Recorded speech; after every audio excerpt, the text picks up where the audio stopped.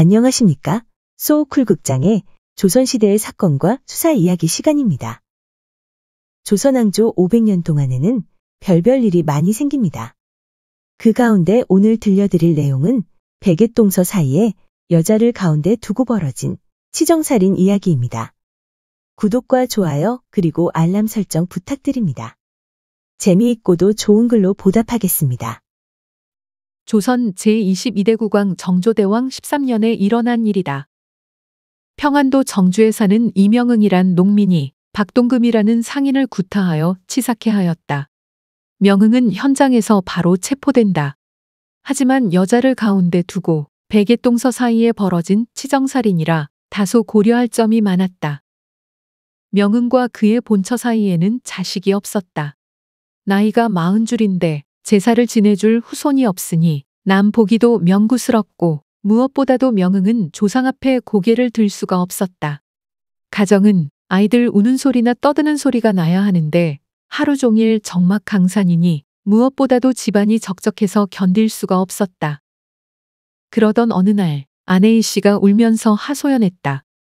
여보, 세상에는 한 산만 파도 물이 철철 나오는 우물터가 있는가 하면 수백 삽을 파도 목만 타는 구덩이가 있습니다. 아무리 생각해도 저는 아이 낳기가 틀린 것 같습니다. 그러니 마땅한 여자를 제치로 얻어 가문을 이어갑시다. 놀란 사람은 명응이었다.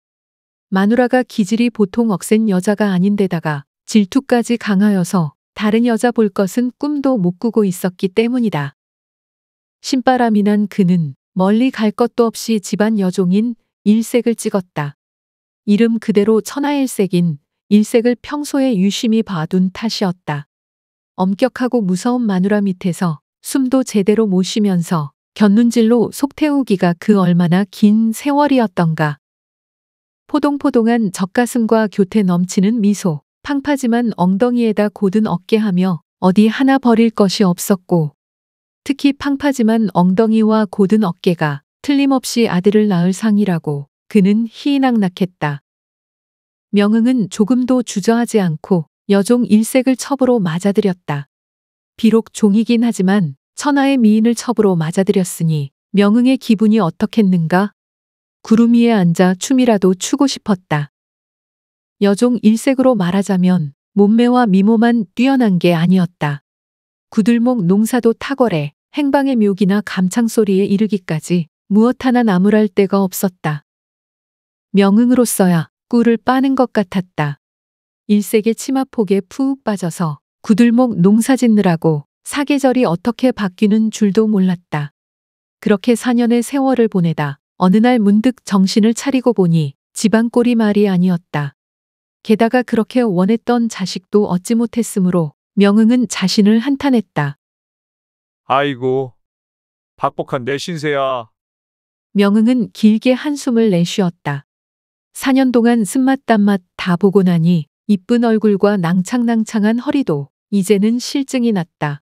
게다가 아들을 낳지도 못했으므로 명응은 아내 보기가 민망했다.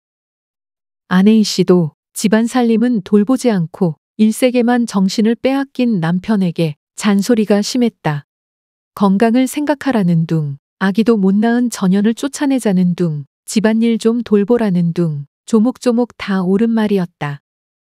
자고로 그 미모로 나라를 말아먹은 미인을 경국지색이라 했으니 일색이 경국지색은 아니더라도 가정을 말아먹는 경가지색쯤은 되었던 모양이다. 그런저런 이유로 일색은 명응의 집에서 쫓겨났다.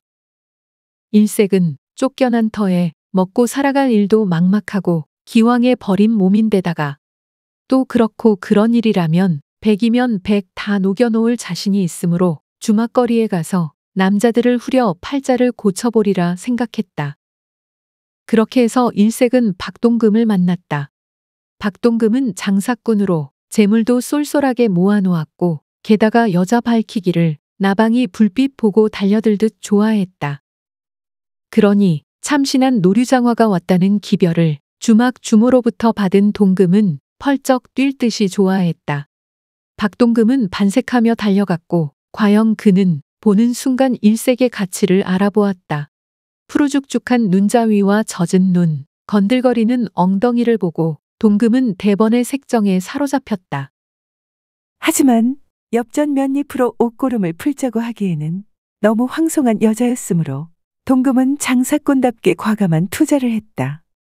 삼간초옥도 한 채 마련했고 가재도구도 이것저것 갖추어서 요모조모 살림의 모양을 내주었다.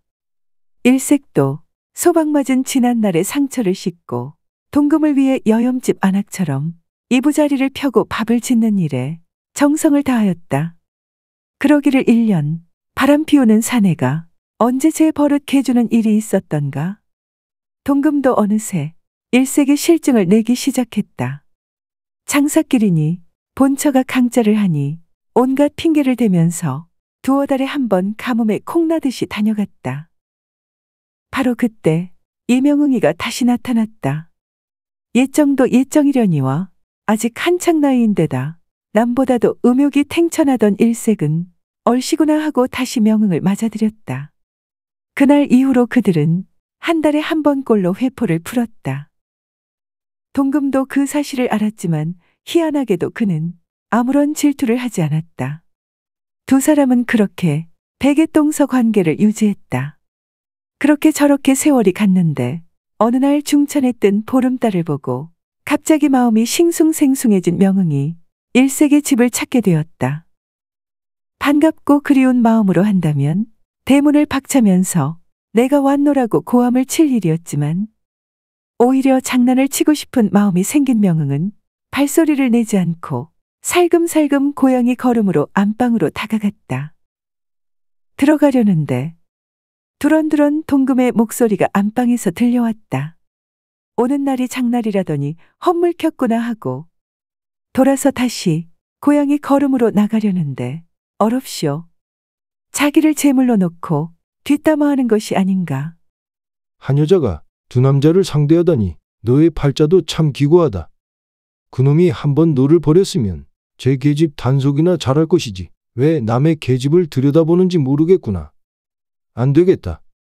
너랑 나랑 둘이 나비처럼 호를 날아서 그놈이 모르는 마을로 도망가 살림을 새로 차려야겠다. 그러자 일색이 맞장구를 쳤다. 내 생각에는 그 인간이 아무래도 고자 같아요.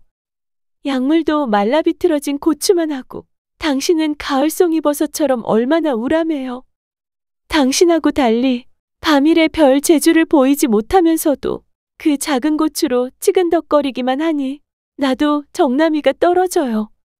얘 상전이니 받아들이지 살림이고 밤일이고 아무 것에도 도움이 안 되니 나야말로 그 인간이 지겨워 죽겠어요. 방문 바로 밖에서 제 흉을 들은 명응은 화가 머리끝까지 치올라 앞뒤 가리지 않고 방 안으로 뛰어들었다. 가서는 엉켜있는 연놈을 떼어내고는 사정없이 동금을 걷어차고 때려서 치사케 했다. 그렇게 해서 명응은 살인죄로 체포되었다. 이에 명응의 아내인 시부인은 마을의 선비가 만들어준 글을 가지고는 격쟁하여 임금에게 남편의 억울함을 호소하였다. 저의 남편 이명응은 슬아의 자식이 없음을 한탄하여 조상을 뵐 낯이 없다고 아들을 낳아볼 마음으로 집에 계집종 일색을 솔축하였는데 오히려 일색은 장사치 박동금과 음탕한 짓을 일삼았습니다. 그러나 남편은 본래 성질이 온순하고 유약하여 이를 보고도 분함을 참고 따지지 아니하였습니다. 박동금이 평소에 앓던 거위배로 세상을 버리자 그 아비 만득이 곧장 장례를 치렀습니다. 그런데 갑자기 제 남편을 고소하여 관아에서 이미 매장한 시체를 파내어 검시하게 만들더니 하지도 않은 살인을 저질렀다고 저의 남편을 옥에 가두고는 추달하고 있습니다. 제발 자세히 조사하여 주십시오. 임금의 명을 받아 평안가명에서 다시 자세히 조사하여 그 결과를 임금께 상주하였다. 명응과 동금은 바로 일색의 전후 남편입니다. 그래서 이 옥사는 전적으로 명응이 일색을 버렸느냐 아니냐에 문제가 달려 있습니다. 명응이 일색을 버렸다는 것에 대해서는 마을 사람들의 증언도 있으며 일색이 다시 동금에게 시집간 것도 이웃이 모두 아는 바입니다. 그런데 한 동네에 살면서 이 같은 일을 잘 알고 있는 명응이 동금을 때리고 밟아서 치사케 한 것은 순전히 질투심 때문입니다. 또 내가 가지기는 싫지만 남에게 주기는 아깝다는 생각에서 나온 비열한 행동입니다. 그런데 솔축하고 있었다고 말하면서 감히 간통연장을 잡은 것처럼 주장하여 처벌을 면하려는 것은 심히 교활하고 괘씸합니다. 그러므로 엄히 처벌해야 할 것입니다. 이에 정조대왕의 명을 받아 형조에서 대답했다. 임금께서 다음과 같이 말씀하셨다. 동금이 일색과 간통한 행위는 이웃에서 모두 아는 일이니 명흥이 원한을 품은 것은 오래 묵은 일일 것이다. 어두운 밤에 좁은 방에서 벌어진 간통 현장을 목격하고 분노해서 간부를 때리고 자는 것은 사람의 일로서 당연한 귀결이다. 그러나 의도하지 않았더라도 이 일 때문에 사람이 죽음에 이른 것은 분명히 문제가 있다. 일색이 비록 천한 여자종이라고는 하지만 명흥이 4년 동안 일색의 남편 노릇을 했으니 솔축이라고 말할 수 있다. 또 명흥이 일색을 버렸다고 하더라도 달에 한 번은 찾아갔으니 영구히 관계를 끊은 것은 아니다. 그런 까닭에 동금은 간부가 되는 것이며 명흥이 간통 현장을 포착한 것이라고 주장하는 것은 틀린 말이 아니다. 그러니 이 옥사는 비록 살인죄라 할지라도 우발적으로 벌어진 일이니 아주 무겁게 처리할 수는 없다. 이명흥의 감사 형배형을 내린다. 그러니 죽이지 말고 곤장을 때려서 멀리 섬으로 유배 보내라. 일색은 전후 사정을 고려해 볼 때 영흥을 배신한 것이 명백하고 또 그녀로 인하여 사람이 죽었으니 음녀라 징계하지 않을 수 없다. 1차로 엄격한 형벌을 가한 뒤 일색을 명흥이 유배된 섬에 같이 유배하도록 하라. 들어주셔서 고맙습니다. 용어 풀이, 참고문헌 그리고 자료 출처 소개해 올리겠습니다.